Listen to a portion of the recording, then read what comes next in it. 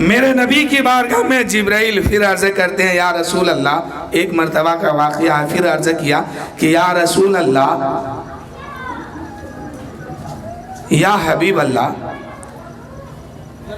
میری عمر کتنی ہے میں بتا نہیں سکتا، لیکن ہاں یہ بات میں جانتا ہوں کہ 70,000 سال کے بعد ایک ستارہ چمکتا تھا، اسے میں نے 72,000 مرتبہ دیکھا۔ یہ تو جبرائیل کی عمر ہے، اور میرے نبی اس سے بھی پہلے ہیں۔ اب دنیا کی کوئی مشین میرے نبی کی عمر نہیں بتا سکتی ہے۔ سائنسدان ایسی کوئی مشین ہی نہیں اب تک بنا پایا جو حساب لگا سکے۔ اب رہی بات 40 سال کی، تو اب وہ سنیے۔ اللہ نے فرمایا ہے میرے حبیب دنیا میں جا رہے ہو تو اپنی نبوت کا اعلان ابھی مت کرنا، اس لیے کہ مکے میں رہنا ہے، مدینے میں رہنا ہے۔ جو لوگ کفار و مشرکین ہیں ان لوگوں سے پہلے اپنی حقانیت منوا لیجئے، اس کے بعد نبوت کا دعویٰ کرنا ہے۔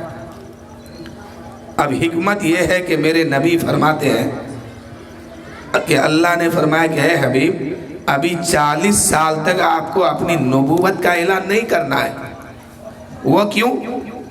کہ ابو جہل بہت بڑا سردار آدمی تھا، ابو لہب سردار تھا، عتبہ شیبہ سردار تھا، کفار و مشرکین وہاں کے بڑے بڑے کفار و مشرکین تھے۔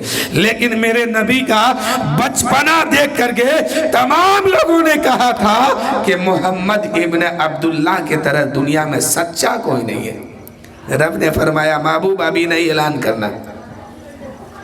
پھر آگے بات بڑھتی ہے، زندگی آگے بڑھتی ہے، پھر کفار و مشرکین نے میرے نبی کی سچا ہونے کا اعلان کرتے ہیں، اچھا ہونے کا اعلان کرتے ہیں، امانت دار نبی کو کہتے ہیں کہ اس سے بڑھ کر امانت دار دنیا میں کوئی ہے ہی نہیں۔ میرے نبی کو کفار و مشرکین نے سچا کہا، اچھا کہا، اور عادل کا، انصاف کرنے والا کہا، اور امانت دار کا۔ جب سارے لوگوں نے تعریف کر لی اور سارے لوگوں نے میرے نبی کی سچائی کو مان لیا تو رب نے فرمایا محبوب اب اعلان کیجئے۔ اب اگر ابو جہل کہے گا تو ابو جہل اپنی جماعت میں خود ہی جھوٹا بن جائے گا، اس لیے کہ ابو جہل جو ہے آپ کی سچائی کا ترانہ پڑھ چکا ہے، آپ کی اچھائی کا ترانہ گا چکا ہے۔ اب اگر آپ کو جھوٹا کہے گا تو ابو جہل خود جھوٹا ہو جائے گا۔ یہ حکمت ہے کہ پہلے دشمنوں سے اپنے نعرہ لگوانا۔ اپنے تو نعرہ لگاتے ہی، اپنا اگر تعریف کر دے تو کیا بات ہے، لیکن جب دشمن تعریف کرنے لگے تب سمجھو کہ کامیابی ہے۔ اور رب نے بھی یہی کہلوایا کہ محبوب ابھی خاموش رہیے، دشمن چاروں طرف سے آپ کے نام کا نعرہ لگائیں گے، آپ کی تعریف کر دیں گے، تب جا کے آپ کو نبوت کا دعویٰ کرنا ہے اور اعلان کرنا ہے، تاکہ لوگ کوئی جھوٹا نہ بنا سکے، اور جو کہے گا وہ خود جھوٹا ہو جائے گا۔ اس لیے کہ 40 سال کی زندگی میں تمام لوگوں نے آپ کی سچائی کو مانا ہے، آپ کی اچھائی کو مانا ہے، آپ کو امانت دار کہا ہے، آپ کو انصاف کرنے والا کہا ہے۔ آج اگر کوئی انکار کر دے گا تو اپنی جماعت میں وہ خود جھوٹا ہو جائے گا۔ تو میرے نبی کی تعریف سب سے بڑا دشمن ابو جہل نے بھی کیا ہے، حسد کے بنا پر ایمان نہیں لایا۔ ابو لہب نے بھی کیا ہے، عتبہ نے بھی کیا ہے، شیبہ نے بھی کیا ہے۔ ابو لہب تو وہی نہ ہے کہ جب حضور صلی اللہ علیہ وسلم دنیا میں تشریف لائے، رب نے بھیجا تو ان کی باندی یعنی ان کے ہاں جو نوکرانی تھی، حضور کی پیدائش کی خبر، حضور کی آمد کی خبر جو ہے، پیدائش کا لفظ نہیں کہا جائے گا، اس لیے کہ حضور پیدا تو وہاں ہوئے ہیں جہاں کوئی نہیں تھا، اللہ نے اس وقت بنایا، اس وقت پیدا کیا۔ آمینہ کے گھر میں، عبداللہ کے گھر میں جو ہے یہ نازل ہوئے ہیں، نزول رحمت ہے۔ آمد کے بارے میں آپ کہہ سکتے ہیں کہ حضور یہاں تشریف لائے۔ تو ابو لہب کے گھر پر جو نوکرانی کام کرتی تھی، اس نے میرے نبی کی آمد کی خوشی جو ہے ابو لہب کو جا کے سناتی ہے۔ تو ابو لہب نے جب سنا کہ بھتیجا دنیا میں آیا ہے، اسی خوشی میں شہادت کی انگلی اٹھا کے کہہ دیا کہ جا آج سے تو آزاد ہو گئی۔ آج سے تو نوکرانی نہیں ہے، تم آزاد ہو گئی۔ اب ابو لہب جب مر گیا نا تو یہ تو جہنم میں ہے، جل رہا ہے، لیکن پیر کا دن آتا ہے، دوشنبہ کا دن آتا ہے تو اس پر عذاب کم کیا جاتا ہے۔ اور جس انگلی سے نبی کے آنے کی آمد کی خوشی میں اس لونڈی، اس باندی کو آزاد کیا تھا، پیر کے دن اسی انگلی کے ذریعے اس کو پانی دیا جاتا ہے۔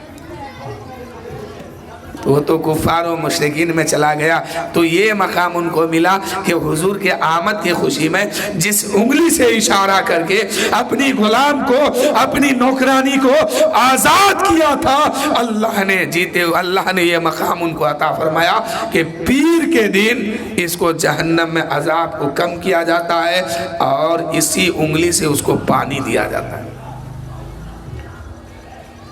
تو میرے نبی صلی اللہ علیہ وسلم اعلان نبوت 40 سال کے بعد کیے۔ اس میں بہت بڑی بڑی حکمت ہے۔ فہران کے چوٹی پر جب چڑھ کے میرے نبی نے اعلان کیا تھا تو اس سے پہلے کیا کیا معلوم ہے؟ تمام مکے والے کو دعوت دیا، رشتہ دار کو، خاندان کو، اگل بغل کے لوگوں کو، پڑوسیوں کو دعوت دیا اور فہران کے چوٹی پہ چڑھ کے سب کو کھانا کھلایا۔ کھانا جب کھا چکے میرے نبی صلی اللہ علیہ وسلم فہران کے چوٹی پر چڑھ کر کے اعلان فرمایا، اے لوگو تم لوگ مجھے کیا مانتے ہو؟ یہی کفار و مشرکین نے کہا کہ تم محمد ابن عبداللہ ہو، تم سچے ہو، تم اچھے ہو، تم امانت دار ہو، تم نیک ہو، پرہیزگار ہو، تم سے زیادہ امانت دار اس وقت دنیا میں کوئی نہیں ہے، تم سے زیادہ سچا انسان کوئی نہیں ہے۔ اے میرے دوستو، جب میرے نبی نے فرمایا کہ تم لوگ مجھے کیا مانتے ہو، لوگوں نے کیا کہا کہ تم امانت دار ہو، سچے ہو، اچھے ہو، تو میرے نبی نے فرمایا کہ تم لوگ اتنا سچا مجھے کیوں مانتے ہو؟ ایسے ہی اعلان نہیں کیے ہیں، ساری بات کو آمنے سامنے رکھا گیا۔ درود شریف پڑھیے، اللہم صلی علی سیدنا شفیعنا حبیبنا مولانا محمد معدن الجود والکرم بارک وسلم صلو علیہ الصلوۃ والسلام علیک یا رسول اللہ صلی اللہ تعالی علیہ وسلم۔ اللہ کے نبی نے فرمایا، اے لوگو یہ بتاؤ تم لوگوں نے مجھے اتنا سچا کیوں مان لیا، اچھا کیوں مانتے ہو؟ تو یہی ابو جہل جیسا کم بخت نے کہا تھا کہ میں نے آپ کی 40 سال کی زندگی کو دیکھا ہے۔ ابو لہب نے بھی کہا ہوگا، عتبہ شیبہ نے بھی کہا ہوگا، بڑے بڑے کفار نے کہا کہ محمد ابن عبداللہ ہم نے آپ کی 40 سال کی زندگی کو دیکھا ہے، اس 40 سال کے اندر کبھی آپ نے جھوٹ نہیں بولا ہے، کبھی آپ نے غیبت نہیں کیا ہے، کبھی آپ نے چغلی نہیں کیا ہے، کبھی کسی کو لڑایا نہیں ہے، بلکہ لڑتے ہوئے لوگوں میں صلح کیا ہے۔ لوگوں کی امانت آپ کے پاس رکھا گیا تو امانت کو خیانت نہیں کیا ہے۔ ہم نے آپ کی 40 سال کی زندگی کو دیکھا، کبھی آپ نے جھوٹ نہیں بولا، ہمیشہ سچ بولا۔ اس لیے میں کہتا ہوں کہ محمد ابن عبداللہ آپ سے بڑھ کے سچا دنیا میں کوئی نہیں ہے۔ تو میرے نبی نے فرمایا کہ پھر ایک سچے کی سچی آواز سن لو، ایک اچھے کی اچھی آواز سن لو۔ جب تم لوگ مجھے اتنا سچا مانتے ہو، اتنا اچھا مانتے ہو، اتنا امانت دار مانتے ہو، تو پھر ایک اچھے کی اچھی آواز سن لو، میں محمد ابن عبداللہ اللہ کا بھیجا ہوا رسول ہوں، اللہ ایک ہے، میں اس کا رسول ہوں۔ تم جس کی پوجا کرتے ہو یہ جھوٹے ہیں، یہ تمہاری کوئی مدد نہیں کر سکتے ہیں۔ تم خدا کو ایک مانو، ایک خدا کو مانو، اور میں اس کا بھیجا ہوا نبی ہوں، رسول ہوں، آخری پیغمبر میں ہوں۔ میرا کلمہ پڑھو، لا الہ الا اللہ محمد رسول اللہ صلی اللہ علیہ وسلم۔ اس وقت لوگوں نے کیا کیا جانتے ہیں؟ لوگوں نے کوئی گالی دیتا ہوا بھاگا، کوئی پتھر چلاتا ہوا بھاگا، کوئی کیا بولا، کوئی کیا بولا، سب چلا گیا۔ ایک دبلا پتلا سا چھوٹا سا بچہ سامنے آیا اور کہا کہ اے محمد صلی اللہ علیہ وسلم، ہم آپ کے دین کی حمایت کریں گے، ہم آپ کا جھنڈا لے کے آگے بڑھیں گے، ہم آپ کا دین کی تبلیغ کرنے کے لیے تیار ہیں۔ مسیحیت پوچھ رہی تھی، بچہ بچے کی آواز پر گھمنڈ نہیں کی جاتی ہے. تم ابھی بچے ہو, اگر کسی دن اس کے قتل کی رات ہو اور وہ قتل نبوت کی رات ہو, اگر اس دن اس کے بستر پہ تمہیں سونا پڑے تو کیا تم سو گے؟ بچے نے کہا ہاں, میں نے ان کے دین کے لیے ہاں کیا ہے, کبھی ہاں نہ میں نہیں تبدیل ہوگا. پھر مسیحیت پوچھ رہی تھی, ہے بچہ تم نے ان کے دین کے لیے ہاں کیا ہے, ان کا دین جو ہے امن کے میدان سے لے کر کے جنگ کے میدان تک جاتا ہے, کیا تم ساتھ دو گے؟ بچے نے کہا دیں گے. اس بچے کا نام جانتے کیا ہے؟ حضرت علی ہے. علی بہت کم عمر لے کے نبی کی بارگاہ میں پہنچے اور کہا کہ یا رسول اللہ, ہم کلمہ پڑھتے ہیں, ہم تبلیغ کا کام کریں گے, ہم دین کا کام کریں گے. خدا کی مسیحیت پوچھ رہی تھی, بندہ تو تو بچہ ہے اور ان کا راستہ جو ہے کبھی امن کے میدان میں ہے تو کبھی جنگ کے میدان میں ہے, کیا تم ساتھ دو گے؟ تو بچے نے کہا ہم نے ان کے دین کے لیے ہاں کیا ہے, ہماری ہاں کبھی نہ میں تبدیل نہیں ہوگی. اب علی نے ہاں کیا ہے تو اس ہاں کی قیمت علی کہاں چکا رہے. قتل نبوت کی رات ہے, 40 کافر نے نبی کے محل کو گھیر لیا, نبی کے گھر کو گھیر لیا کہ نکلیں گے نبی تو آج قتل کر دیں گے. رب نے فرمایا میرے حبیب آپ ہجرت کریے, مدینہ جائیے. اسی وقت جو ہے میرے نبی ہجرت فرمائے, اس کو کیا کہتے ہیں؟ ہجرت کی رات. میرے نبی نے فرمایا اے علی تم میرے بستر پہ سو جاؤ, صبح سویرے اٹھنا اور امانت والے کو امانت دے دینا, دیکھو فلاں چیز فلاں کا ہے, فلاں چیز فلاں کا ہے, فلاں چیز, یعنی جو امانت نبی کے پاس رکھی ہوئی تھی نبی نے فرمایا کہ یہ فلاں کا, یہ فلاں کا, یہ فلاں کا, سب کو اس کی امانت دے دینا اور اس کے بعد مدینہ تشریف لے آنا, اس کے بعد مدینہ شریف آنا. اور ادھر 40 کفار و مشرکین یا جتنے بھی تھے سب ہاتھ میں تلوار لے کے انتظار کر رہا کہ نکلیں گے نبی تو قتل کریں گے. اور رب نے فرمایا محبوب آپ ان کے آنکھ میں دھول جھونکے اور چلے جائیے. حضور صلی اللہ علیہ وسلم نے مٹی اٹھائی, کچھ پر کے دم کیے اور پھینک دیے. کفاروں کے سر میں جہاں بھی گرا, اب کفاروں کے سامنے سے میرے نبی کا گزر ہو گیا, کسی کو پتہ ہی نہیں چلا. صبح ہوئی, جب دروازہ کھلا تو کیا دیکھتے ہیں کہ گھر کے اندر سے علی نکل رہے ہیں. علی حضرت علی سے کسی نے پوچھا تھا, ہے علی جب آپ کو پتا تھا ایمان کس کو کہتے ہیں, اب غور سے سنیے. حضرت علی سے پوچھا گیا ہے علی جب آپ کو پتا تھا کہ اس بستر پہ سونے والے کی آج موت ہوگی, قتل کیا جائے گا, گردن تن سے جدا کیا جائے گا, تو پھر یہ بتائیے کہ اس بستر پہ آپ سو کیسے گئے؟ حضرت علی بغیر خوف کے اس بستر پہ سوئے تھے. اے علی آپ کو نیند کیسے آ گئی؟ حضرت علی کہتے ہیں اے لوگوں تم لوگوں نے نہیں سنا, نبی نے فرمایا تھا کہ علی صبح سویرے اٹھنا, امانت والے کو امانت دے دینا, اس کے بعد مدینہ آنا. تو اے لوگوں نبی نے کہہ دیا کہ مدینہ واپس آنا, اس لیے میرا ایمان کہتا ہے کہ میری موت اس وقت تک نہیں آ سکتی ہے جب تک کہ میں مدینہ نہ چلے جاؤں. تو پھر قتل کی بات کہاں سے آئے گی؟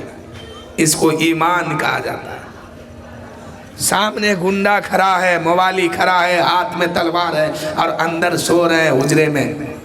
اور علی کہتے ہیں کہ اے لوگوں پوری زندگی میں سب سے اچھی نیند, سب سے بہترین نیند جو آئی تو وہ آج کی رات ہے.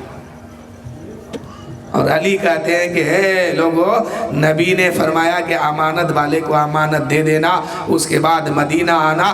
اس لیے اب میرے اندر یقین ہو گیا کہ سب کچھ تو ہو سکتا ہے لیکن آج رات میری موت نہیں آ سکتی ہے. جب تک میں مدینہ نہ چلے جاؤں تب تک موت نہیں آ سکتی ہے, اسی لیے کہ میرے زندگی کی ضمانت نبی نے لے لیا ہے. اور جس کی زندگی کی ضمانت نبی لے لے اس کو موت نہیں آ سکتی.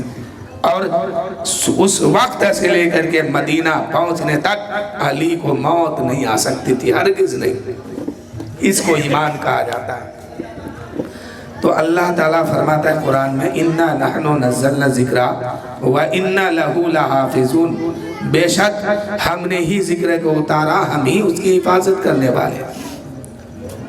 چاہے کوئی ذکر کرے یا نہ کرے، یا لاکھ لوگ مٹانے کی کوشش کرے، وہ تو مٹ جائیں گے، سب فنا ہو جائیں گے، لیکن ذکر مصطفیٰ، ذکر خدا باقی رہے گا۔ اگر ہم نماز پڑھتے ہیں تو اپنے لیے پڑھتے ہیں، آپ پڑھتے ہیں تو اپنے لیے پڑھتے ہیں، اس سے دین کو کوئی فائدہ نہیں ہے، سمجھ گئے؟ آپ اگر نماز پڑھتے ہیں تو اس سے دین کو کوئی فائدہ نہیں ہے، آپ کو فائدہ ہے، نہ پڑھتے ہیں تو دین کو کوئی نقصان بھی نہیں ہے، آپ کو نقصان ہے۔ کیسے؟ چلیے بدر کے میدان میں پوری دنیا کفر میں تھی اور 313 میدان بدر میں اترے تھے، اور وہ صحابی جو بھوکے بھی ہیں، پیاسے بھی ہیں، اور کھجوریں چوس کر کے سحری کرتے ہیں، اور اسی کھجور کے گٹھلی کو اپنے جیب میں رکھ لیتے ہیں کہ اسی کو چوس کر کے افطار کریں گے۔ یہ حال تھا اس وقت، کھانا کھا کے نہیں اترے تھے، روزے کی حالت میں تھے، کھجوریں چوس کر کے اسی گٹھلی کو جیب میں رکھ لیتے ہیں کہ جب افطار کا وقت آئے گا تو اسی سے روزہ کھل لے گا۔ ایسے عالم میں جب 313 بدر کے میدان میں اترے نا، تو اسلام ان 313 کے کاندھے پہ مسکراتا ہوا سفر کر رہا تھا۔ اسلام کو کوئی خطرہ نہیں تھا، اسلام کے چہرے میں مایوسی نہیں تھی، اسلام یہ بھی نہیں سوچا تھا کہ یہ لوگ جو ہے اگر مر جائیں گے یا شہید ہو جائیں گے تو پھر مجھے مانے گا کون، مجھے جانے گا کون۔ اسلام نے کوئی خطرہ اختیار نہیں کیا۔ تو آج تو کروڑوں کے گردن پہ اسلام سفر کر رہا ہے، آج تو کروڑوں کے گردن پر اسلام سفر کر رہا ہے۔ وہاں 313 کے گردن پر جب اسلام سفر کر رہا تھا تب تو خوف نہیں کھایا، آج کیا خوف کھائے گا؟ آج تو کروڑوں کے گردن پہ سفر کر رہا ہے۔ آپ پڑھیں گے آپ کو فائدہ ہوگا، نہیں پڑھیں گے نقصان آپ کو ہوگا، اس سے اسلام کو کوئی نقصان نہیں ہونے والا۔ اسلام تیری نبض نہ ڈوبے گی حشر تک، تیرے رگوں میں خون ہے 4 یار کا۔ اس لیے کوئی یہ مت سمجھے کہ ہم نماز پڑھتے تو دین کا فائدہ ہوتا، نہیں، ہرگز نہیں۔ 313 جب بدر کے میدان میں تھے تو اس وقت تو اسلام نے فکر نہیں کیا کہ اگر یہ 1000 کی تعداد سے یہ لڑیں گے، اگر کٹ کے شہید ہو گئے تو پھر میرا ماننے والا کون ہوگا، مجھے جاننے والا کون ہوگا، مجھے سمجھنے والا کون ہوگا۔ اسلام اس وقت بھی فکر نہیں کیا تھا، تو آج کیا فکر کرے گا؟ آپ پڑھیے گا آپ اپنا بھلا ہوگا، نہیں پڑھیے گا تو کوئی دوسرا تو پڑھتا ہوگا کہیں نہ کہیں، اور نہیں پڑھے گا تو پھر وہاں کیا ہوگا؟ اپنا خیال خود کیجئے۔ نبی پاک صلی اللہ علیہ وسلم کی حدیث ہے، ابھی میں نے اس حدیث کو اس میلاد شریف میں سنا کے آیا ہوں کہ جب میدان قیامت ہوگا تو بے نمازیوں کے آنکھ سے روشنی چھین لی جائے گی، اس کو اندھا بنا کر کے جہنم کے وادی میں چھوڑ دیا جائے گا، جلتے رہے گا۔ اب اس کو بھاگنے کے لیے آنکھ میں روشنی بھی نہیں ہوگی کہ دکھائی دے۔ اور جو انسان نماز پڑھ کے جاتا ہے تو نماز کیا ہے؟ قبر میں ایک نور روشنی کا کام کرتی ہے، چراغ ہے، چراغ۔ اور جو انسان فجر کی نماز پڑھ کے گھر سے باہر نکلتا ہے، میرے نبی فرماتے ہیں کہ وہ اسلام کا جھنڈا لے کے نکلا ہے اور شام تک وہ اللہ کی حفاظت میں رہتا ہے۔ اور جو انسان عشاء کی نماز پڑھ کے سوتا ہے، وہ آدھی رات یا پوری رات ذہن میں بات نہیں آ رہی کہ وہ رات بھر جو ہے اللہ کی عبادت میں رہتا ہے فجر کی نماز پڑھنے تک، پھر فجر کی نماز پڑھ لیا تو اسلام کا جھنڈا لے کر کے وہ آگے بڑھا۔ اور جو شخص نماز فجر نہیں پڑھتا ہے اللہ کے نبی صلی اللہ علیہ وسلم ارشاد فرماتے ہیں کہ اس کے ہاتھ میں شیطان کا جھنڈا ہوتا ہے، یہ جدھر جاتا ہے اس کا دل مطمئن نہیں رہتا، بہکتے رہتا ہے کیا کرنا چاہیے کیا نہیں کرنا چاہیے، سکون اس کے پاس نہیں ہے۔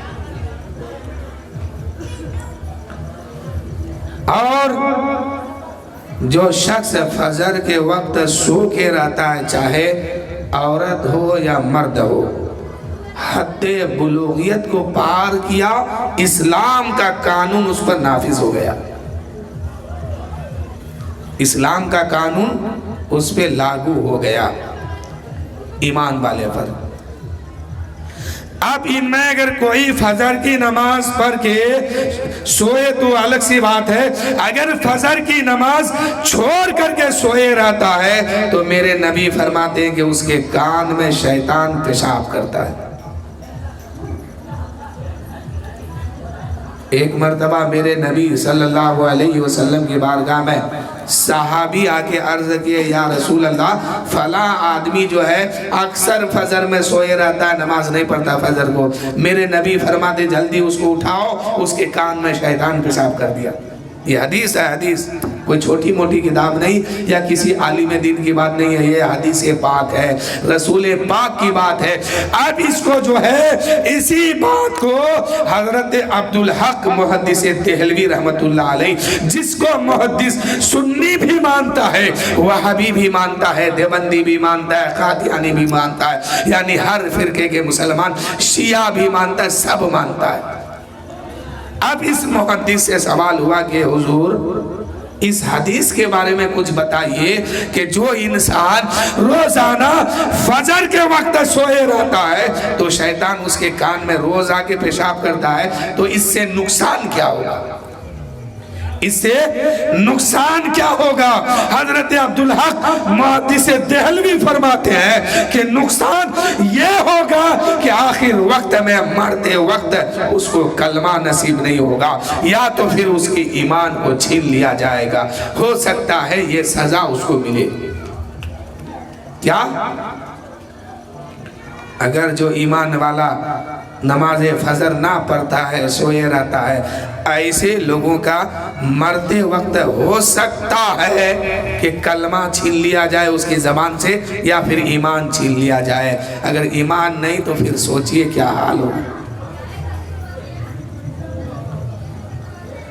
تو اس لیے فجر کی نماز سے آپ لوگ جو نماز پڑھتے وہ تو پڑھتے ہی ہیں ماشاءاللہ، جو نہیں پڑھتے ہیں پڑھا کیجیے، نہیں تو بہت برا سخت اور حسر ہوگا۔ اللہ کے نبی صلی اللہ علیہ وسلم ارشاد فرماتے ہیں کہ جو نماز پڑھتا ہے وہ اسلام کا جھنڈا لے کے نکلتا ہے، اور جو نہیں پڑھتا ہے اس کے ہاتھ میں اسلام کا جھنڈا نہیں شیطان کا جھنڈا ہوتا ہے۔ تو نماز کسی بھی صورت میں کسی کو معاف نہیں ہے۔ ایک انسان مر رہا ہے، آخری وقت ہے، اگر اس کے اندر ہوش باقی ہے، عقل باقی ہے، شعور باقی ہے، تو ایسے عالم میں اس وقت بھی اس پر نماز فرض ہے۔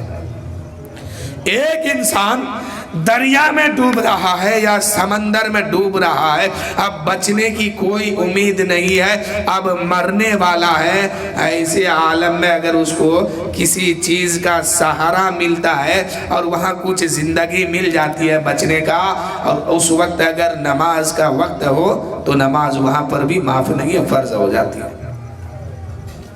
بیمار ہیں، چل نہیں سکتے ہیں، اسلام کہتا ہے بیٹھ کے پڑھ لو، بیٹھ نہیں سکتے ہیں، اسلام کہتا ہے لیٹ کے تو پڑھو، کسی بھی صورت میں معاف نہیں۔ اسلام کا کہنا ہے کہ اگر تم چل نہیں سکتے ہو تو بیٹھ کے نماز پڑھو، بیٹھ نہیں سکتے ہو تو لیٹ کے پڑھو۔ وضو بنانا اسلام میں نماز کے لیے ضروری ہے، فرض ہے، وضو نہیں تو نماز نہیں۔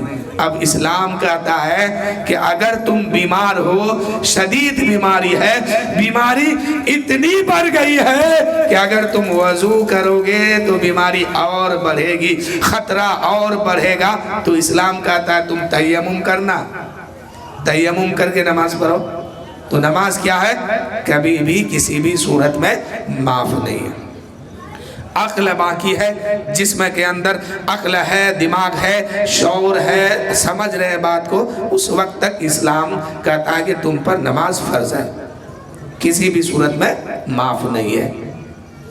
اسلام کہتا ہے کہ پانی نہیں ملتا تیمم کر لے، پانی ملتا ہے وضو بنا لے، بیمار ہو پانی سے خطرہ ہے تو تیمم کر، نماز پر۔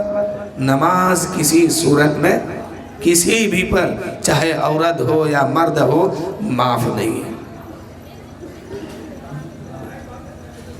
تو نماز ہمیشہ پڑھا کیجئے۔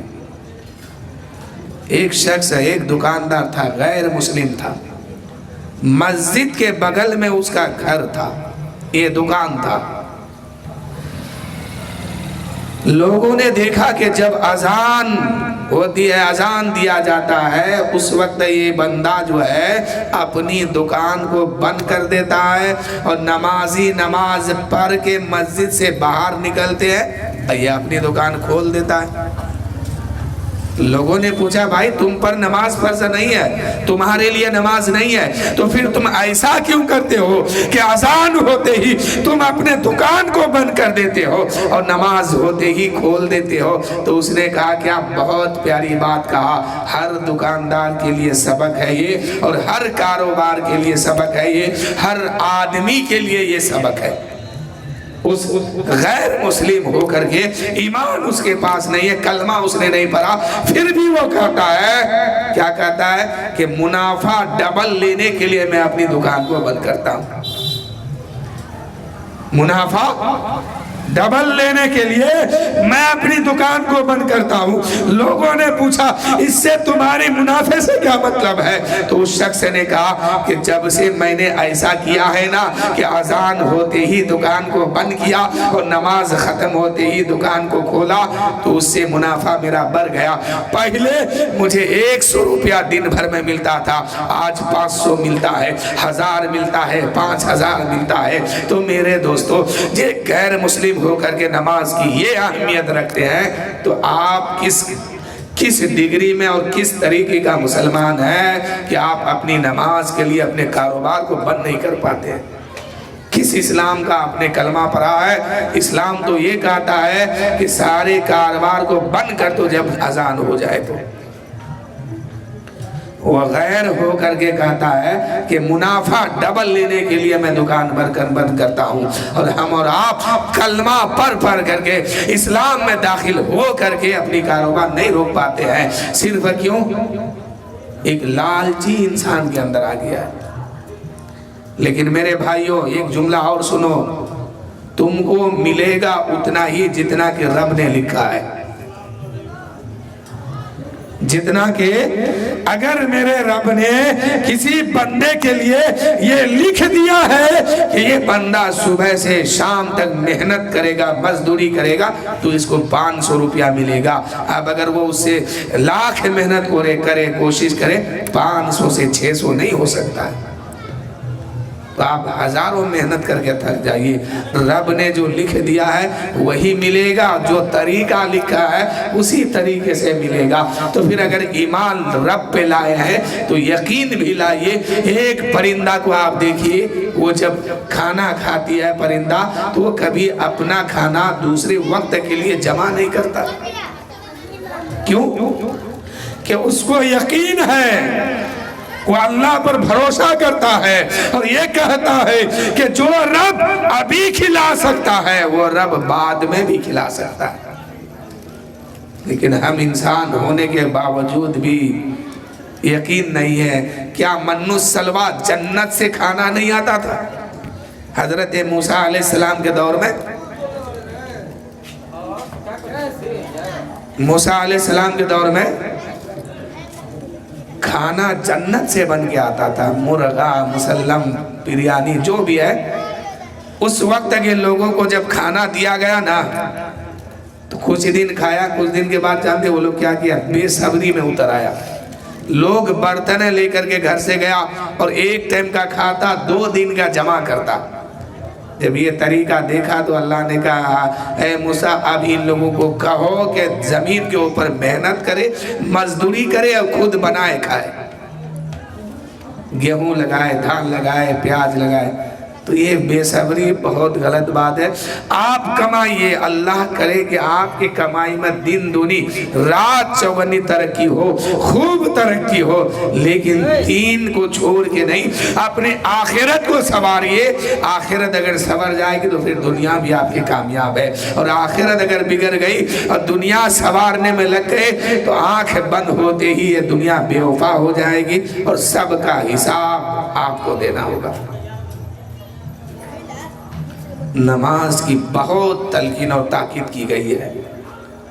نماز کسی بھی صورت میں کسی بھی بندے پر معاف نہیں ہے، ہر حال میں پڑھنا ہے۔ میں نے کہا نا، حد بلوغیت سے لے کر کے موت کی آخری سانس تک عقل جہاں تک سلامت ہے اس پر نماز فرض ہے۔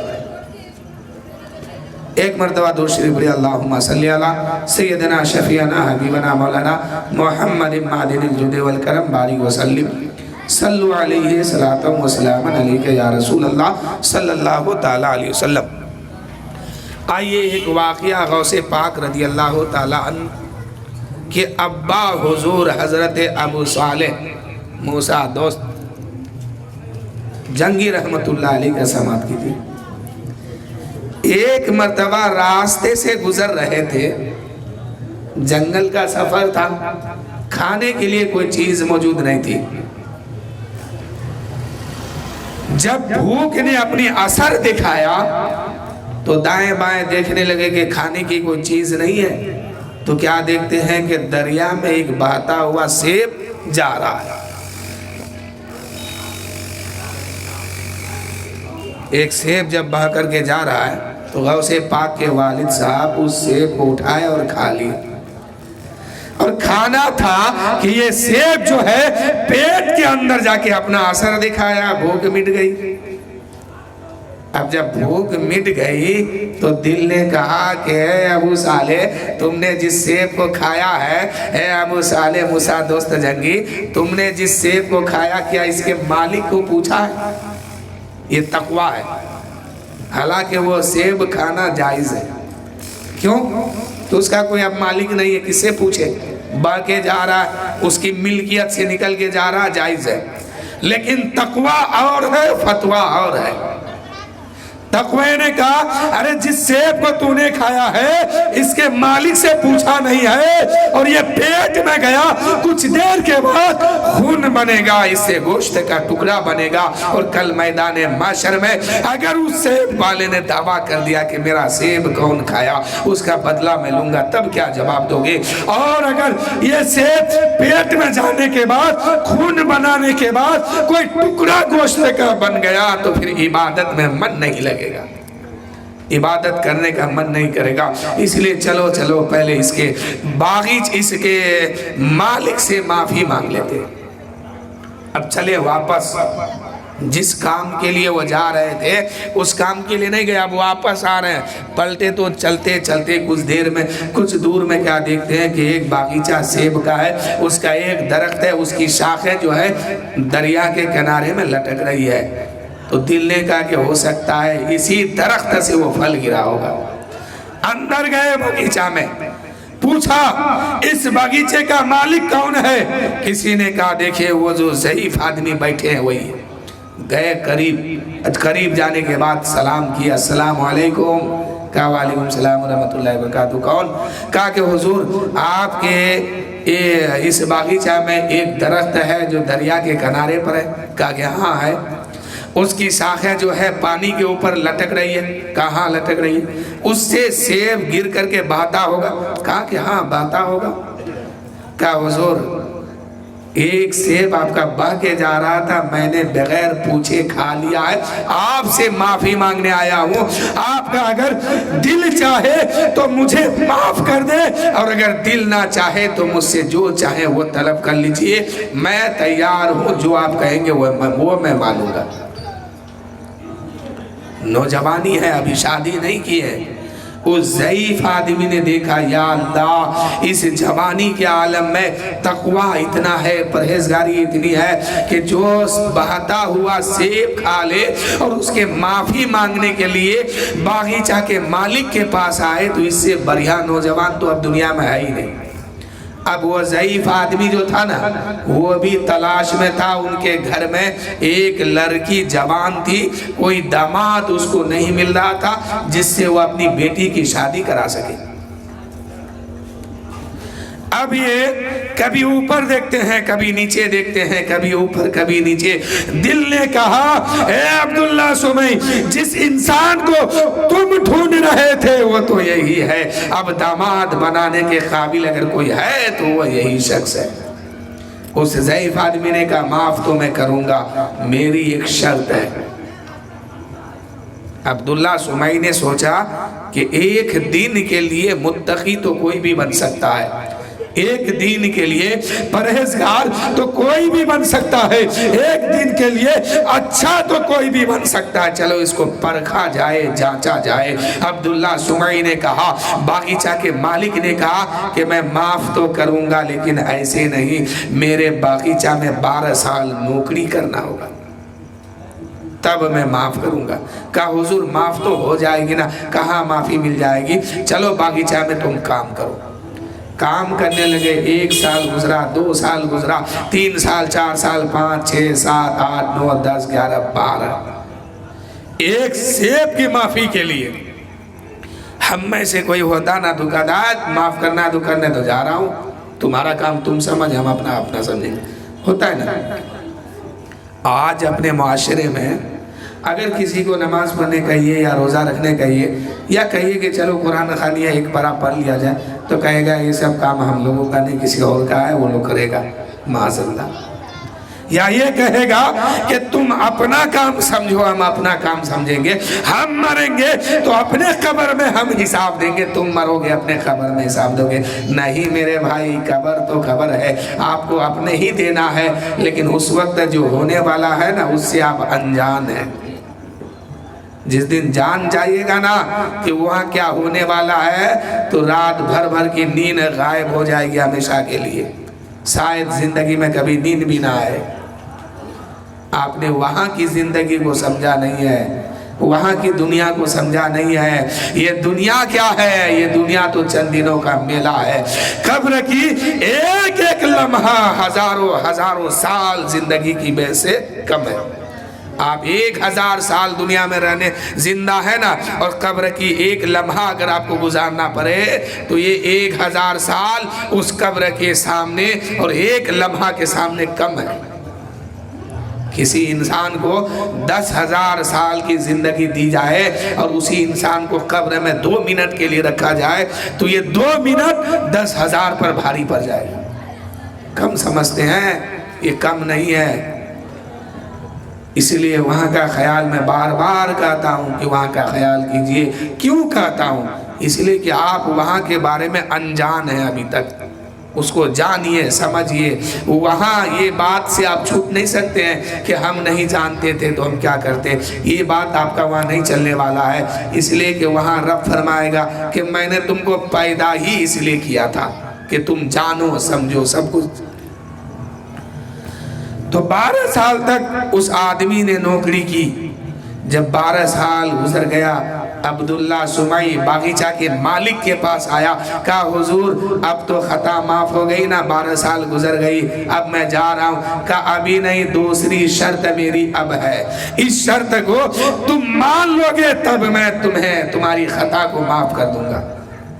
کہا حضور میں نے، آپ نے کہا تھا 12 سال، میں نے 12 سال نوکری کیا، آپ کے باغیچہ میں پانی دیا، پھل دیکھا اور جانوروں سے اس کی حفاظت کی، رات ہو یا دن اس کی حفاظت میں لگایا اپنی زندگی کو۔ ایک سیب کی بات ہے، آپ کہتے ہیں کہ دوسری شرط ہے، تو وہ دوسری کیا ہے؟ کیا اس کو ماننے کے بعد تم معاف کر دو گے؟ کہا ہاں معاف کر دیں گے۔ کہا کہ شرط کیا ہے؟ کہا دوسری شرط یہ ہے کہ میری بیٹی سے شادی کرنا ہوگا۔ اب یہ سوچ میں پڑ گئے، یا اللہ میں مسافر آدمی ہوں، جا رہا تھا، ایک سیب کھا لیا تو 12 سال اس آدمی نے مجھ سے نوکری کروایا، چاکری کروایا، اب پھر کہتا کہ میری بیٹی سے شادی کرنا ہوگا، یہ سزا تو بہت بڑھ گئی۔ لیکن دل نے کہا کہ جنت چاہیے کہ نہیں؟ تقویٰ نے کہا کہ اللہ کے رسول کے سامنے کون سا چہرہ لے کے جاؤ گے اگر یہ سیب کا دعویٰ کر دیا تو؟ تقوی نے کہا کہ اس کی بیٹی سے شادی کر لو، خطا معاف ہو جائے گی۔ اب شادی کے لیے تیار ہوا، کہا کہ ٹھیک ہے، خطا تو معاف ہوگی نا؟ بولا ہاں معاف ہو جائے گی۔ شادی کے لیے تیار ہوئے۔ جب شادی کے لیے تیار ہوئے ہیں تو اس بوڑھا آدمی نے، عبداللہ سمعی نے کہا کہ ایسے نہیں، پہلے میری بیٹی کی حقیقت سنو، اور شادی کے لیے یہ ہونا بھی چاہیے جو لڑکا یا جو لڑکی جس کی شادی ہے دونوں کو اچھی طرح سے دیکھنا، جانچنا چاہیے، سمجھنا چاہیے، اس لیے کہ زندگی اس کو گزارنا ہے۔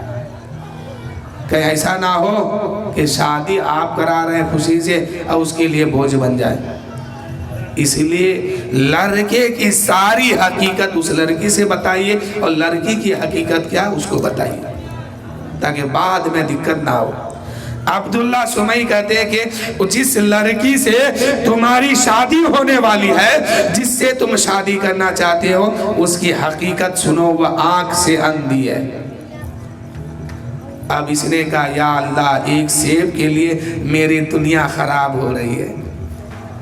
دل نے کہا ارے دنیا خراب ہوتا ہے تو ہونے دے، آخرت کو بچا لے، آخرت کو سنوار لے، آخرت بچ جائے گا تبھی تم کامیاب ہوگے، آخرت کو بچانے کے لیے دنیا خراب کر رہے ہیں۔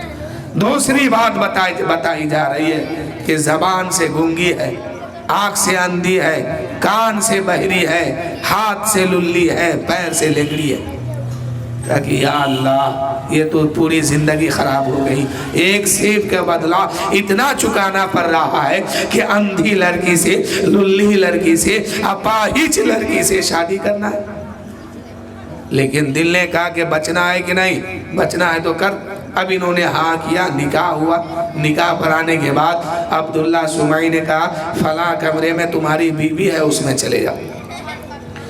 اب جیسے ہی اندر دروازے پر دستک دیا تو یہ تو پہلے سے جانتے تھے کہ زبان سے وہ بول نہیں سکتی ہے، گونگی ہے، لیکن کہا کہ نبی کی تو سنت ہے کہ سلام میں پہل کرو، تو چلو سلام کر دیتے ہیں، کم سے کم ایک سنت تو ادا ہوگی۔ سلام کیا، آواز اندر سے آتی ہے وعلیکم السلام۔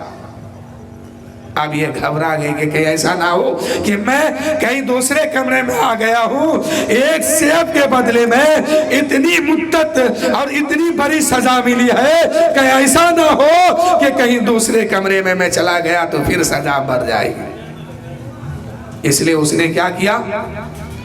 دوڑتے ہوئے گھبراتے ہوئے کمرے سے باہر آیا اور کہا کہ اے عبداللہ سمعی، آپ نے تو کہا تھا آپ کی بیٹی اندھی ہے، آپ کی بیٹی للی ہے، آپ کی بیٹی بے زبان ہے، بول نہیں سکتی ہے۔ میں نے سلام کیا تو اس کمرے سے آواز آئی وعلیکم السلام۔ وہ کون سا کمرہ ہے اور کمرے کے اندر کون ہے؟ عبداللہ سمعی کہتے ہیں کہ وہی تو تمہاری بیوی ہے۔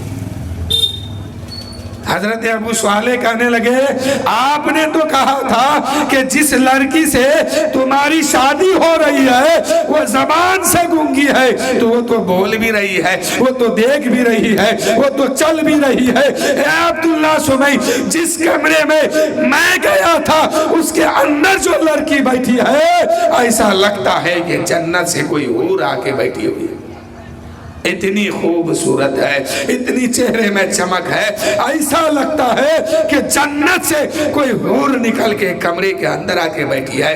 تم نے کہا تھا اندھی ہے، تم نے کہا تھا للی ہے، آپ نے کہا تھا زبان سے گونگی ہے، تو پھر آپ نے ایسا کیوں کہا؟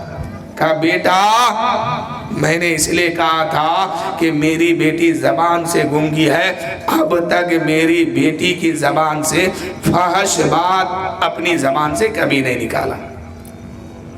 بس بس واقعہ پورا کرنے دیجئے کہ میں نے اسی لیے کہا تھا کہ میری بیٹی کی زبان سے کبھی کوئی فحش بات غلط بات نہیں نکلی ہے، اس لیے میں نے کہا کہ میری بیٹی گونگی ہے، کہ میری بیٹی جو ہے جب بھی بولی ہے تو وہ شریعت کے اندر رہ کے بولی ہے اور کتاب و سنت کی بات بولی ہے۔ پھر کہا کہ آپ نے تو کہا تھا کہ کان سے بہری ہے سنائی نہیں دیتا، کیوں؟ تو کہا کہ میں نے اس لیے کہا تھا کہ میری بیٹی جو ہے اب تک غلط کوئی بات اپنی کان سے نہیں سنی ہے۔ آنکھ سے اندھی، تو کہا کہ میری بیٹی اب تک جو ہے دیکھی ہے نا تو کسی نامحرم کا چہرہ نہیں دیکھی ہے، اس لیے میں نے کہا تھا۔ پھر بولے کہ آپ پیر سے لنگری، تو کہا کہ میری بیٹی جو چل رہی ہے نا تو شریعت کے مطابق چل رہی ہے، شریعت کے خلاف کبھی ان کا قدم نہیں اٹھا ہے، اس لیے میں نے کہا تھا کہ میری بیٹی ایسی ہے۔ تو عبداللہ سمعی کی بارگاہ میں حضرت ابو صالح کہنے لگے تو اچھا جب شادی کرانا ہی مقصد تھا، جب مقصد آپ کا شادی تھا تو پھر 12 سال تک نوکری کیوں کروایا؟ 12 سال تک باغیچہ کا رکھوال کیوں بنایا؟ تو حضرت ابو عبداللہ سمعی کہتے ہیں کہ بیٹا ایک دن کے لیے تو نیک کوئی بھی بن سکتا ہے، ایک دن کے لیے دکھانے کے لیے پرہیزگار تو کوئی بھی بن سکتا ہے، ٹوپی کرتا لگا کر کے سماج کے بیچ میں آ کر کے اپنے آپ کو اچھا تو کوئی بھی دکھا سکتا ہے، نمازی تو کوئی بھی دکھا سکتا ہے، پرہیزگاری متقی تو کوئی بھی دکھا سکتا ہے، لیکن اس کو جانچنے کے بعد پتہ چلتا ہے یہ آدمی کتنا اچھا ہے۔ اس لیے بیٹا میں نے تمہیں 12 سال تک جانچا ہے، اس لیے کہ کہیں تمہارے اندر کوئی عیب تو نہیں ہے، لیکن میں نے دیکھا کہ بیٹا اس 12 سال کے اندر تمہاری کبھی تہجد کی نماز بھی قضا نہیں، تم نے 12 سال تک میرے باغیچہ کا رکھوال بنا، رکھوالی کیا، پانی دیا، صاف ستھرا کیا، نگہبانی کی، جانوروں سے پھلوں کو بچایا، لیکن میں نے ہر روز دیکھتا تھا کہ تہجد کی نماز اس 12 سال کے اندر کبھی کسی دن قضا نہیں ہوئی، کسی رات میں بھی تہجد کی نماز قضا نہیں ہوئی ہے۔ تو ایک دن کے لیے نیک تو کوئی بھی بن سکتا ہے، جیسے سی ایم بنتا ہے ایک دن کے لیے، ڈی ایم بنتا ہے کبھی کبھی ایک دن کے لیے، تو ایک دن سے نہیں کام چلنے والا ہے، اسے جانچا جاتا ہے، ترازو کے پلے پہ اس کو رکھا جاتا ہے، اس میں اگر وہ ثابت قدم نکلتا ہے تب جا کے سمجھا جاتا ہے یہ کامیاب انسان ہے۔ عبداللہ سمعی کہتے ہیں اے ابو صالح تم تو ہو نیک آدمی، تم تو اللہ کا ولی ہو، لیکن میری بیٹی بھی کم نہیں ہے، یہ تو قرآن کے سائے میں پلی ہوئی ہے۔ اب قسمت دیکھیے غوث پاک کا، ماں قرآن کے سائے میں پلی ہے تو باپ ولی بن کے چمکے ہیں، اور جب باپ ولی بنے ہیں، ماں ولیہ بنی ہے، تو بیٹا جو ہے ولیوں کا سردار بنا ہے۔ بیٹا ولی نہیں بنا، ولیوں کا سردار بنا ہے، ولایت بانٹنے والا بنا ہے۔ کسی پیر نے ایک بار غوث پاک کی بارگاہ میں آ کے کہا تھا کہ میں نے سنا ہے کہ آپ جو ہے لوگوں کے اوپر بہت رحم و کرم کی بارش برساتے ہیں، کھانا دیتے ہیں، کپڑا دیتے ہیں، ننگوں کو کپڑا، یتیموں کے سر پہ ہاتھ، اور غریبوں کو مسکینوں کو کھانا۔ کہا کہ یہ کیا بات ہے، میں تو ولایت بانٹتا ہوں، یہ تو میں دے ہی رہا ہوں، لیکن ولایت بھی میں بانٹتا ہوں۔ اس پیر نے کہا کیسے؟ تو غوث پاک نے اپنی نگاہیں نیچی کر کے ارشاد فرماتے ہیں کہ اے میرے مریدو، جاؤ بغداد میں جتنے چور ہیں 70,000 چوروں کو 70,000 چوروں کو پکڑ کے لیا۔ اب مرید گئے ہیں، غوث پاک نے فرمایا 70 2 مرتبہ فرمایا۔ اب مرید گئے بغداد کے سرزمین پر جتنے شرابی تھے، جتنے چور تھے، جتنے گنڈے تھے، 70 ہزار لوگوں کو چن کر کے غوث پاک کے خانقاہ میں حاضر کیے۔ اب غوث پاک کی بارگاہ میں مریدوں نے عرض کی حضور میں 70 ہزار ایسے لوگوں کو پکڑ کے لایا ہے جو چور بھی ہے، ڈاکو بھی ہے، شرابی بھی ہے، جواری بھی ہے۔ غوث اعظم نے فرمایا آدھے کو میرے دائیں جانب کھڑا کر دو، آدھے کو میرے بائیں جانب کھڑا کر دو۔ کھڑا کیا گیا اور نگاہیں نیچی تھی، پتہ نہیں غوث پاک کیا کیے نہیں کیے، نگاہیں اوپر اٹھاتے ہیں، ارشاد فرماتے ہیں اے پیر صاحب دیکھو 70 ہزار ادھر ہے، ولایت اس کو دیا گیا، 70 ہزار اس ادھر ہے، اس کو بھی ولی بنایا گیا۔ کچھ پڑھایا نہیں، کچھ سمجھایا نہیں، نگاہیں اٹھا کر کے ایک نظر اٹھا کے دیکھتے ہیں 70 ہزار ادھر ولی بن کے چمکتے ہیں، 70 ہزار ادھر ولی بن کے چمکتے ہیں۔ یہ بڑے پیر دستگیر کی کرامت ہے۔ یہ غوث پاک رضی اللہ تعالیٰ عنہ کی شان ہے کہ ولایت بھی تقسیم کرتے ہیں، قطوبیت بھی تقسیم کرتے ہیں، ابدال بھی تقسیم کرتے ہیں۔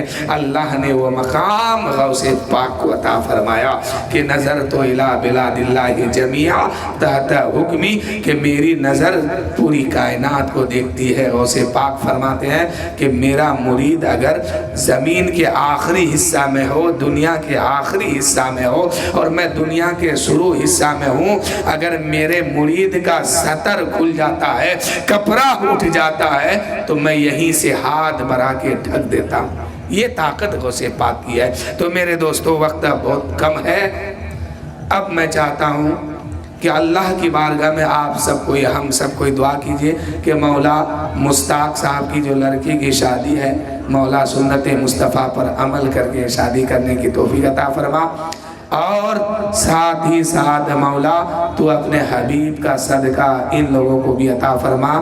اے مولا جس لڑکی اور جس لڑکا نے تیرے حبیب کے سنت پر عمل کرنے جا رہے ہیں، مولا تو اپنے حبیب کے اس سنت کے صدقے میں ان لوگوں کی زندگی کو کامیابی عطا فرما، اور ان کے نسل کو تا قیامت تک جاری و ساری عطا فرما، اور جہاں تک نسل ہو مولا ایمان والا ہو مولا، اور ان کے نسل کو دین کی خدمت کرنے کی توفیق عطا فرما۔ آئیے اپنے آقا سرور کائنات صلی اللہ علیہ وسلم کی بارگاہ میں سلام پڑھیے۔